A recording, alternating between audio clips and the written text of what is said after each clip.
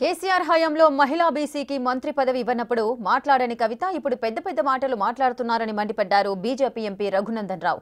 బీసీలకు సగం పదవులు ఇవ్వండని తన తండ్రిని ఆనాడు ఎందుకు అడగలేదని ప్రశ్నించారు ఆయన. సామాజిక న్యాయం కోసమే 12 మంది బీసీలకు కేబినెట్లో మోడీ స్థానం ఇచ్చారని గుర్తు చేశారు.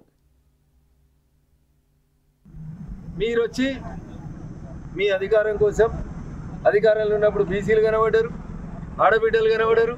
పూలే విగ్రహం పెట్టుడు చేత కాదు. నాయనని అడిగి ఒక్క ఆడబిడ్డ కూడా మంత్రి పదవి ఇవ్వకపోతే నేను ఎంపీకి రాజీనామా చేస్తా అనడం చేత కాదు.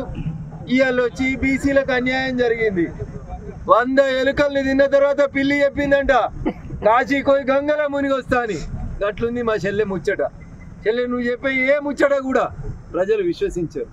నువ్వు ధర్నాలు చేయి, రాస్తారోకోలు చేయి, ప్రజలకు ఏది మేలవుతుందో, బడుగు బలహీన వర్గాల అభ్యున్నతికి ఏది లాభం జరుగుతుందో అది భారతీయ జనతా పార్టీ చేస్తుంది, నరేంద్ర మోడీ గారు చేస్తారు. అది ఏ విషయంలో అయినా సరే మేము కంటి తుడుపు చర్యలు చేయం. చెప్పింది చేస్తాం, ఈ దేశం కోసం పనిచేస్తాం. Nation first, party next, individuals last అని చెప్పేటువంటి పార్టీ భారతీయ జనతా పార్టీ. నాకు పదవి రాకపోతే నేను వేరే కుంపడి పెట్టుకునేటోళ్ళు మా పార్టీలో ఎవరు ఉండరు చెల్లె. కాబట్టి నీ పార్టీ గురించి, నీ సొంత కుటుంబం గురించి, నీ ఆస్తుల పంపకం గురించి, నీ వారసత్వ పంచాయతీ కోసం నువ్వేం చేసుకున్నా మాకు అభ్యంతరం లేదు.